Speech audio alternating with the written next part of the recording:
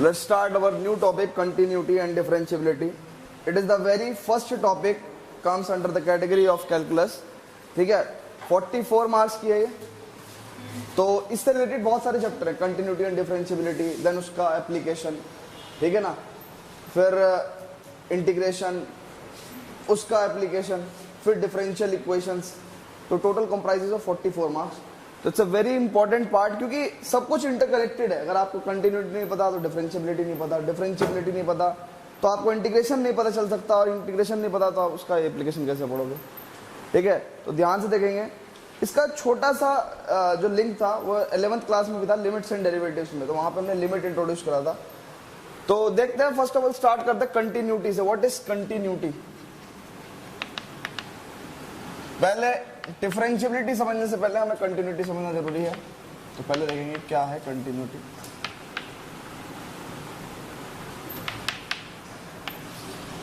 Continuity and differentiability देखेंगे. Let's suppose, let मैं एक बात करता हूं. Let's take a function F x is equals to F x is equals to 1 for X is less than equal to 0 and F X की value 2 for X is greater than 0.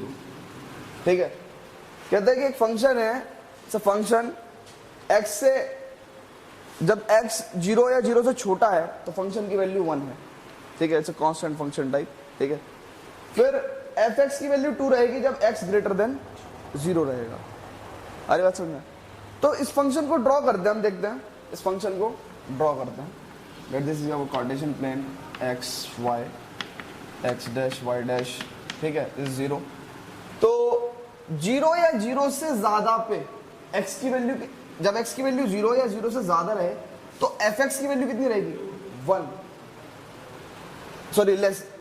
x is less than equal to 0. जब 0 या 0 से कम है, कम है, इधर देखो, कम की तरह डायरेक्शन. जब 0 या 0 से कम है तो फंक्शन की वैल्यू हमेशा क्या है? 1. ठीक है, और यहां पे भी 0 पे भी क्या है इसकी वैल्यू? 1.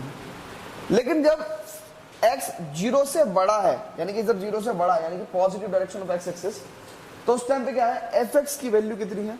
2 है. तो यानी कि सपोज दैट ये 2 है, तो यहां पे देखो ये इंक्लूडेड नहीं है, तो ये ऐसे रहेगा. आई बात समझ में? इस फंक्शन का ग्राफ समझ में आ गया आपको? क्या इस फंक्शन को आप बिना पेन उठाए, बिना चौक उठाए, ठीक है, ड्रॉ कर सकते थे? नहीं कर सकते थे. तो सीधी सी एक तो बिल्कुल सिंपल डेफिनेशन तो ये देखो कि अ कर्व और a function which has a curve drawable without lifting the pen. उसका एक ऐसा कर्व होना चाहिए जो हम बिना पेन उठाए ड्रॉ कर सकें. हालांकि ये मैथमेटिकल डेफिनेशन नहीं है, लेकिन मैं आपको फिर भी बता रहा हूं जनरली क्या, कि अगर आप बिना पेन उठाए एक फंक्शन का कर्व ड्रॉ कर पा रहे हैं, this is called as continuous curve. ठीक है, and that is called as continuity. अब सुनते हैं कि कंटिन्यूटी क्या है. देखो, अगर आप x के लेफ्ट में देखो, सुनो, ये फंक्शन कहां पे ब्रेक हुआ? इसकी डेफिनेशन कहां पे ब्रेक हुई? 0 पे. फंक्शन दो तरह से डिफाइन था, 0 के इधर और 0 के पार. तो 0 के लेफ्ट की बात करें, यानी कि 0 से कम की बात करें. 0 से लेफ्ट का मतलब क्या है? यहाँ पे 0 से कम. 0 से कम की बात करें तो -0.1 पे फंक्शन की वैल्यू क्या है? 1 ही है. और +0.1 पे 2. तो यानी कि फंक्शन की जो लेफ्ट हैंड लिमिट है और राइट हैंड लिमिट है, लेफ्ट हैंड लिमिट समझ रहे हो, यानी कि when x tending to 0 from the left hand side, check कर लो, when x tending to 0 from this side, ठीक है, तो क्या होगा? फंक्शन की वैल्यू टेंड करेगी किधर की तरफ? 1 की तरफ. आ रही बात समझ में? और जब x टेंड टू 0 इधर से, यानी कि 3 2 1, और फिर टेंडिंग टू व्हाट? टेंडिंग का मतलब होता है उधर की तरफ अग्रसर, बढ़ रहा है. when x टेंडिंग टू 0, तो अब इधर राइट हैंड साइड में क्या है? लिमिट. फंक्शन की वैल्यू 2 की तरफ को बढ़ रही है. आ रही बात समझ में? तो left hand limit is not equal to right hand limit. आ रही बात समझ में? तो देखो, एक चीज तो पहले ये समझ में आई कि left hand limit should be equal to right hand limit, left hand limit should be equal to right hand limit to become a function to be continuous at some point at 0. x equal to 0 पे continuous होने के लिए क्या होना चाहिए था, left hand limit और right hand limit क्या होनी चाहिए, इक्वल होने चाहिए थे। ठीक है, चलो मैं एक काम करता हूं, फिर एक फंक्शन ड्रॉ करता हूं। पहले तो यहां से क्या डिडक्शन आया कि left hand limit should equal to right hand limit. ये देखो जो लेफ्ट हैंड लिमिट होता ना, ये ऐसे नहीं लिखते LHL RHL, अब आप 9th क्लास में नहीं हो, इसे ऐसे लिखेंगे, देखो limit x tends to 0 negative left hand limit, इसका मतलब क्या है, left hand limit fx should equal to right hand limit x tends to 0 positive fx। यानी कि ये तो होना ही होना चाहिए एक फंक्शन की कंटिन्यूस होने के लिए। लेकिन अभी देखते हैं कि ये भी पूरा सफिशिएंट कंडीशन नहीं है, नेसेसरी है, अभी सफिशिएंट नहीं। ये तो डिफरेंस समझ में आता ना, नेसेसरी है और सफिशिएंट है। ठीक है, तो अब सुनो, अब एक फंक्शन ले रहा हूं मैं, दूसरा फंक्शन यहां पे देखो ध्यान से। एक फंक्शन लिया मैंने, क्या, fx is equals to 1 when x is not equal to 0 and fx is equals to 2 when x is equal to 0। Function ले लिया मैंने, अब इसको ड्रॉ करते हैं। देखो ड्रॉ कैसे करें, ये x एक्सिस, ये y axis, y dash x dash. देखो जब x 0 नहीं है, यानी कि क्या है, या 0 से बड़ा है या 0 से छोटा है, तो फंक्शन की वैल्यू क्या है, 1। क्या मैं इस फंक्शन को ऐसे ड्रॉ कर सकता हूं, देखो जहां पे फंक्शन की वैल्यू एग्जिस्ट नहीं करती ना, हमने वहां पे क्या लगा दी, नॉट लगा दिया, that is function is not existing at this point. ठीक है, तो एग्जिस्ट तो कर रहा है लेकिन फंक्शन की ये वैल्यू नहीं है, मतलब this value does not exist at this point. अब x जब 0 था तो फंक्शन की वैल्यू कितनी थी, 2। यही है ना इस फंक्शन का ग्राफ। अब देखो आप एक चीज देखो, ध्यान से देखो, जब मैं 0 की तरफ बढ़ रहा था लेफ्ट हैंड साइड से, यानी कि व्हेन एक्सटेंडिंग टुवर्ड्स 0, यानी कि लेफ्ट हैंड लिमिट, और जब x 0 की तरफ बढ़ रहा था इधर से राइट हैंड साइड से, तो ध्यान से देखो लेफ्ट हैंड लिमिट और राइट हैंड लिमिट इक्वल है, 1। When x is tending towards 0 from the left hand side, the value of function is tending towards 1. Or when the value of x is tending towards 0 from the right hand side, then the value of function is tending towards 1. तो function की left hand limit और right hand limit क्या है, 1 है ना। लेकिन क्या आप इस कर्व को भी बिना पेन उठाए बना सकते हो, नहीं बना सकते, तो अगेन इट्स नॉट कंटिन्यूअस। तो कैसे कंटिन्यूअस की नेसेसरी और सफिशिएंट कंडीशन क्या है, कंडीशन देखो, limit x tends to 0 negative fx is equals to limit x tends to 0 positive fx should equal to the value of function at 0। Check कर लो, 0 की लेफ्ट हैंड लिमिट, 0 की right hand limit और function की value 0 पे क्या होनी चाहिए, इक्वल होनी चाहिए। Then our function is continuous at that point, जिसकी हम बात कर रहे हैं। किसकी बात कर रहे थे हम, 0 की बात कर रहे हैं। तो क्या एक हम जनरलाइज एक्सप्रेशन ले लें, क्या हम इस 0 की जगह क्या हम लिख सकते हैं, एक फंक्शन लिखेंगे, a function is continuous. A function, सबसे पहले तो हमें एक बात लिखनी होती है कि function is defined, a function, या फिर a function has its domain as subset of real number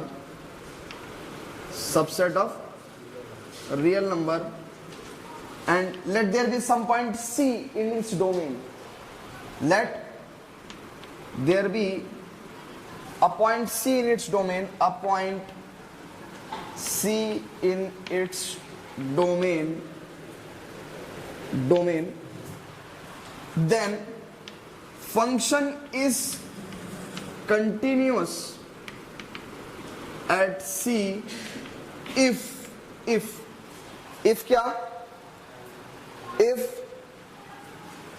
limit x tends to C negative, C की बात कर रहे हैं ना, x tends to C negative f x is equal to limit x tends to C positive f x, ठीक है, is equal to f C, function की value C point पे। आई बात समझ में? This is the concept of continuity. और अभी इंट्रोडक्शन है, ठीक है, मेरे हिसाब से 50% लोगों को तो समझ में आ गया होगा, है ना, और ये 50% कॉन्सेप्ट भी समझ में आएगा। और कॉन्सेप्ट पूरा समझने के लिए इसको एक क्वेश्चन में अप्लाई करता है, ठीक है। देखते हैं एक फंक्शन को कि क्या वो कंटिन्यूअस है या नहीं है, और कैसे उसकी कंटिन्यूटी चेक करेंगे, कैसे लेफ्ट हैंड लिमिट निकालते हैं, कैसे राइट हैंड लिमिट। भाई ये तीनों चीजें इक्वल करने का मतलब ये भी तो है ना कि ये तीनों चीजें निकालनी भी आनी चाहिए। एफ सी तो आप निकाल लोगे, क्या करोगे, सी रख दोगे फंक्शन में, तो लेफ्ट हैंड लिमिट और राइट हैंड लिमिट कैसे निकालेंगे सी पे। तो अभी करते हैं क्वेश्चन से, ठीक है ना। तो pause the video to note it down. So let's take an example. This is the question number 6 of exercise 5.1, ठीक है। वी हैव टू चेक, उसने कहा कि find all points of discontinuity, find all points of discontinuity. पहले तो हमें ये decide करना है कि इसमें डिसकंटिन्यूटी की पॉइंट्स होंगे कौन कौन से। तो चेक करो एक मिनट, सुनो। अगर आपने थोड़ा बहुत भी पढ़ा है प्रीवियस क्लासेस में, तो ये देखो, ये एक लीनियर फंक्शन है और x less than equal to 2 में ये कंटिन्यूअस होगा। लीनियर फंक्शन है, नहीं है, f equal to 2x plus 3, it's a linear function, ठीक है। x less than equal to 2 पे अगर ये डोमेन इसकी क्या है, x is less than equal to 2, तो उसके बाद इसका कांस्टेंट स्लोप रहेगा और ये कंटिन्यूअस रहेगा। और x ग्रेटर देन 2 पे भी ये क्या रहेगा, कंटिन्यूअस रहेगा। लेकिन दिक्कत क्या हो रही है, 2 पॉइंट पे क्या हो रहा है, इसकी डेफिनेशन चेंज हो रही है, इसका स्लोप चेंज हो रहा है फंक्शन का। चेक कर लो, sorry constant 2x plus 3 2x minus 3, ठीक है नहीं। 2 पे क्या हो रहा है, इसके फंक्शन की डेफिनेशन चेंज हो रही है। तो जनरली हमें फंक्शन की कंटिन्यूटी कहां पे चेक करनी होती है, जहां पे उसकी डेफिनेशन ब्रेक हो रही है। फंक्शन की डेफिनेशन ब्रेक हो गई, देखो चेक करो, 2 से इधर पे कुछ और है, 2 से उधर पे कुछ और है, तो हमें किस पे चेक करना है, 2 पे। उसने ये नहीं कहा इंडिकेटेड पॉइंट की x इक्वल टू 2 पे चेक कर दो, उसने कहा find all the points of discontinuity. You have to decide at which point this function may be discontinuous. So first of all you will select this point and then you will prove that whether the function is continuous or not. So we have decided that we have to check at the point x equal to 2. तो देखेंगे कैसे। हमने क्या करना है, at x equal to 2 पे check करना है। तो इसका मतलब कंटिन्यूटी चेक करने के लिए हमारे पास एक ही टूल है, क्या, limit x tends to 2 negative fx is equals to limit x tends to 2 positive fx। और ये 2 पॉजिटिव का मतलब क्या है, ग्रेटर देन 2, और 2 नेगेटिव का मतलब क्या है, लेस देन 2। आई बात समझ में, लेस देन 2 ये है, ग्रेटर देन 2 ये है। अच्छा, इज इक्वल टू f2, ये तीनों काम करना है। तो सबसे आसान काम पहले कर देते हैं। f2 कितना होगा, देखो 2 पे फंक्शन की वैल्यू क्या है, 2 2 जा 4 प्लस 3 7। आई बात समझ में, इक्वल टू का साइन यहाँ है ना, greater less than equal to का, तो f2 कितना हो गया, 7 हो गया। तो अभी हमने ये 2 लिमिट निकालनी है। देखो प्रोसेस है क्या, चेक करते हैं। Limit x tends to 2 negative fx, इसके बाद आपको क्या करना है, ये प्रीवियस ईयर में सिखाया था वैसे मैंने 11वीं क्लास में, लेकिन आप फिर भी देखो, आपको क्या करना है, इससे अगला स्टेप चेक करो, limit h tends to 0 f2 minus h। देखो ये एक ही स्टेप है, चेक कर लो। मैंने आपसे क्या कहा कि 2 के लेफ्ट पे चेक करना है। मैंने एक छोटी सी क्वांटिटी ली जो 0 की तरफ बढ़ रहा है, यानी कि मान के चलो 0.001। अगर मैं 2 से कम कर दूं 0.001 तो क्या आएगा, 2 से छोटी क्वांटिटी आएगी, उस पर मैं फंक्शन की वैल्यू चेक कर रहा हूं। और मैंने ये बता दी कि जो क्वांटिटी h है वो क्या है, टेंडिंग टुवर्ड्स 0, नॉट 0। 0 नहीं है ये, लेकिन टेंडिंग टुवर्ड्स 0 है, यानी कि बहुत छोटी क्वांटिटी, वेरी छोटी। अब सुनो, limit h tends to 0 f2 minus h। अब आपको क्या करना है, limit h tends to 0, f2 minus h, दो से कम पे फंक्शन की डेफिनेशन चेक करो, ये वाली डेफिनेशन है, देख लो, दो से कम पे फंक्शन क्या है, ये है, तो मैं f2 माइनस h क्या रखूंगा, ध्यान से देखो, 2 इंटू 2 माइनस h प्लस 3, ये स्टेप समझ में आया? जिसको नहीं आया ईमानदारी से बता दो, आपको नहीं समझ में आया। देखो जी ध्यान से देखो, अगर ये f2 है तो यहाँ पे x की जगह 2 रखेंगे, क्योंकि 2 पे भी फंक्शन की डेफिनेशन यही है। अगर fc निकालना हो और 2 से छोटा है c, तो भी x की जगह c रखेंगे, और अगर आपको 2 माइनस h पे निकालना हो तो x की जगह 2 माइनस h ही तो रखोगे। तो मैंने कुछ नहीं करा, सिर्फ x की जगह 2 माइनस h रखा। देखो ध्यान से, 2 इंटू 2 माइनस h प्लस 3, आई बात समझ? और सुनो, यहाँ इसमें क्यों नहीं रखा, क्योंकि हमारा क्या है, हम लेफ्ट हैंड की बात कर रहे हैं, 2 से कम पे, तो 2 से कम पे फंक्शन क्या है, ये, ठीक है। अब सुनो, ये देखो क्या होगा, लिमिट h टेंड्स टू 0, 2 2 जा 4 माइनस 2h प्लस 3, ठीक है। तो आप क्या कर दोगे, लिमिट तो निकालनी सिखाई थी पिछले साल, है ना, तो आप h को भी 0 रख दो, ठीक है। h 0 नहीं है, लेकिन लिमिट निकालते समय आप लिमिटिंग वैल्यू निकाल दो, क्या एग्जैक्ट वैल्यू नहीं होती, लिमिटिंग वैल्यू, तो आप h को 0 रख सकते हो, ठीक है। तो क्या हो जाएगा, 4 प्लस 3 7, आई बात समझ में? अच्छा जी, limit x tends to 2 positive fx, जिनको ये वाला स्टेप समझ में नहीं आया वो इसे दोबारा से देखें, एक बार और बता रहा हूं तो समझ में आ जाएगा आपको।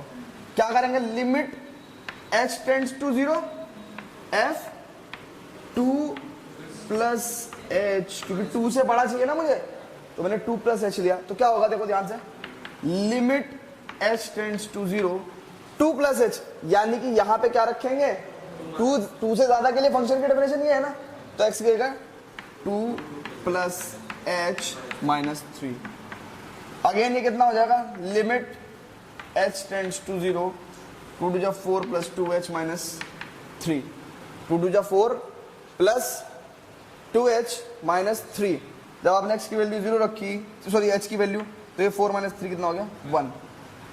ध्यान से देखो, हमारी जो लेफ्ट हैंड लिमिट है वो राइट हैंड लिमिट के इक्वल ही नहीं है,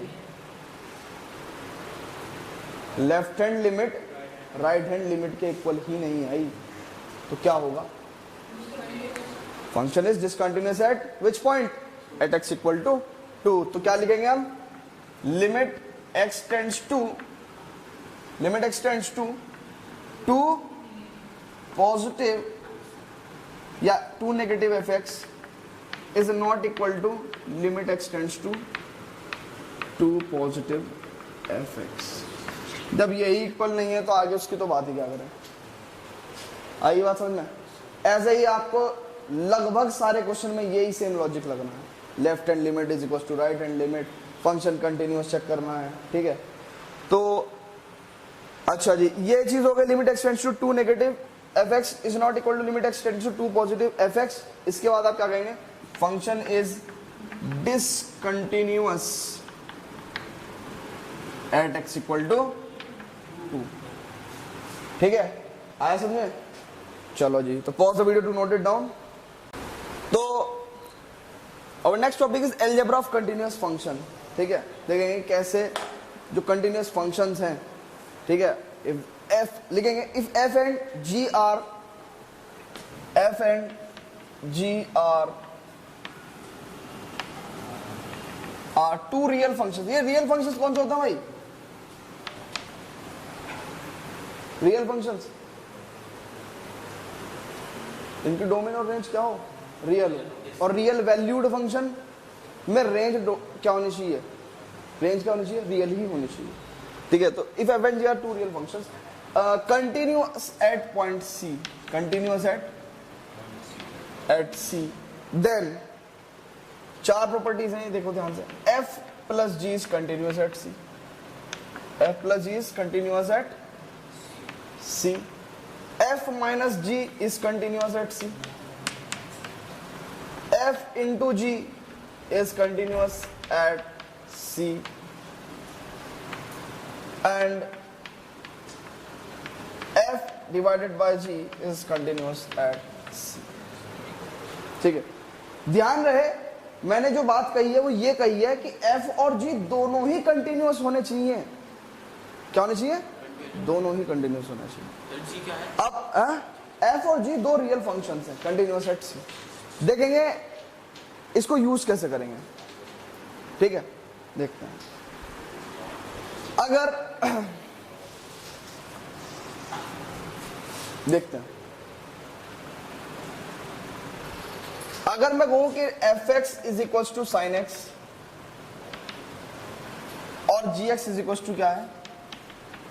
कॉस एक्स, तो क्या एक फंक्शन एच एक्स जो है वो sine x plus cos x, क्या ये कंटिन्यूअस होगा? साइन एक्स की डोमेन क्या होती है? Trigonometric function. डोमेन क्या?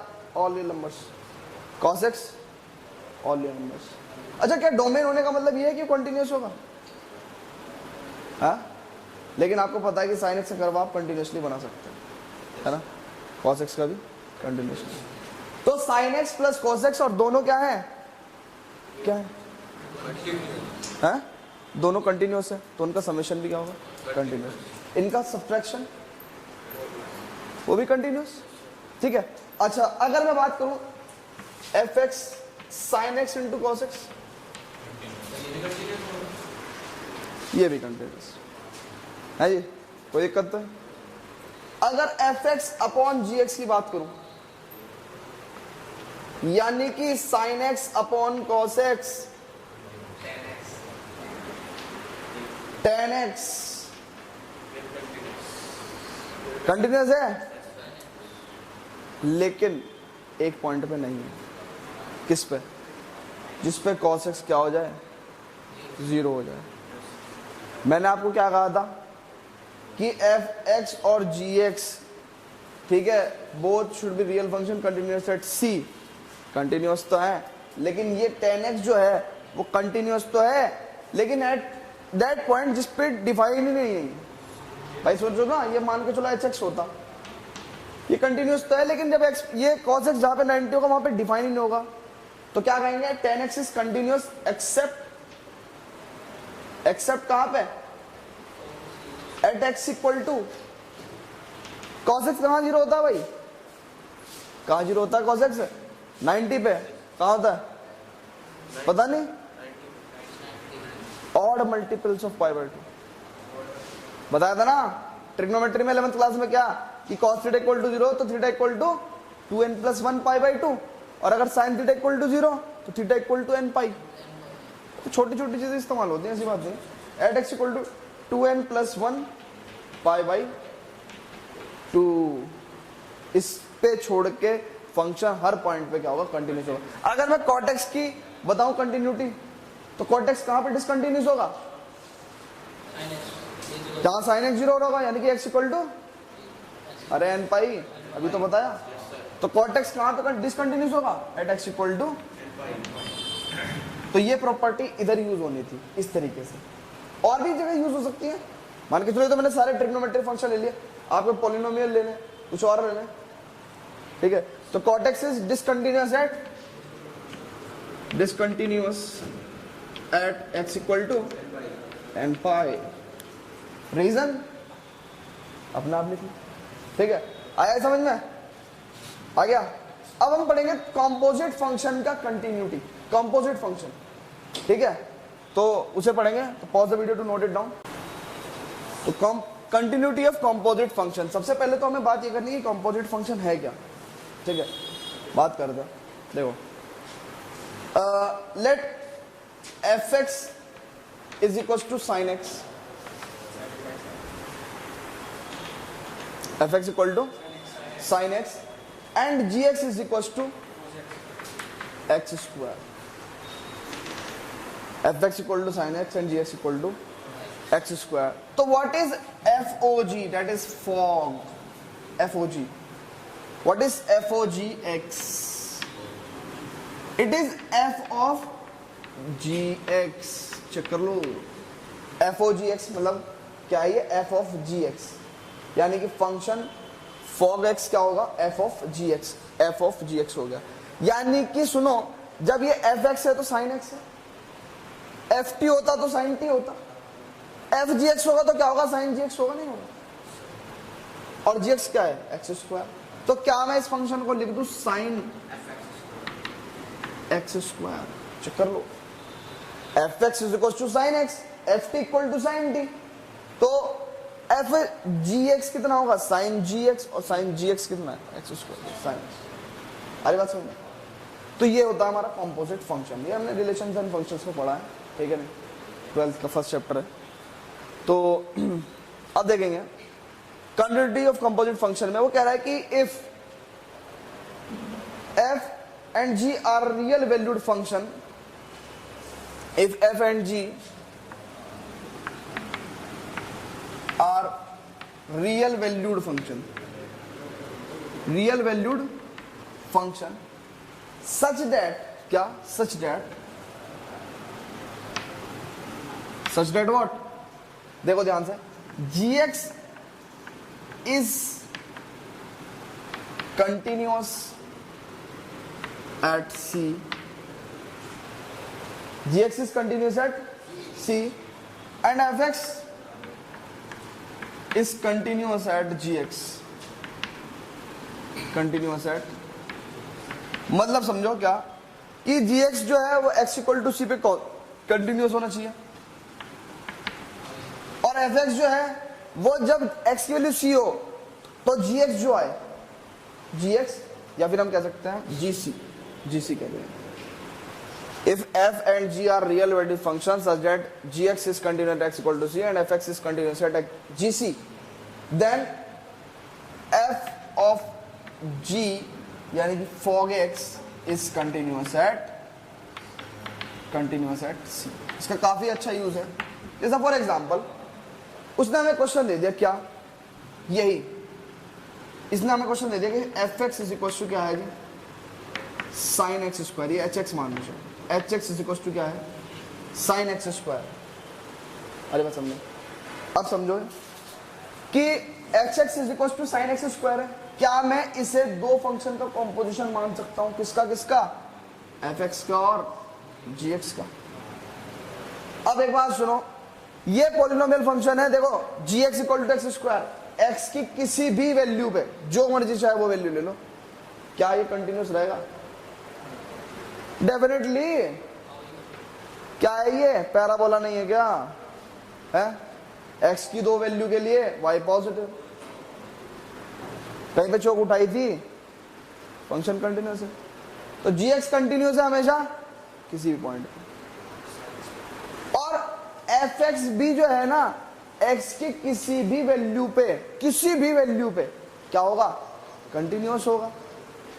तो क्या वो जी एक्स वाली वैल्यू पे भी कंटिन्यूस होगा, किसी भी वैल्यू पे है तो यानी कि हमने क्या कहा, ये जो एच एक्स फंक्शन है वो क्या है, चेक कर लो, एच एक्स जो है वो एफ ऑफ जी एक्स है ना, F of ji X, where F is this and G x is this. तो G x is continuous at any point of X and F x is continuous at any point of ji X, so this is H X, यानी कि F of ji x is what, continuous at any point of X. बात समझ में आई। तो यहाँ पे हमारा introduction part जो है खत्म हो गया, एक्सरसाइज पे कंटिन्यू करते हैं, ठीक है नहीं। वहां पे थोड़ा सा और जो है, जितनी भी हमारे पे कंसेप्चुअलिटी डेफिशिएंसी रह गई जो समझ नहीं पाए हम, तो वहां क्वेश्चंस करने से अच्छे से समझ आए, ठीक है। Pause the video to note it down, then we continue to the exercise.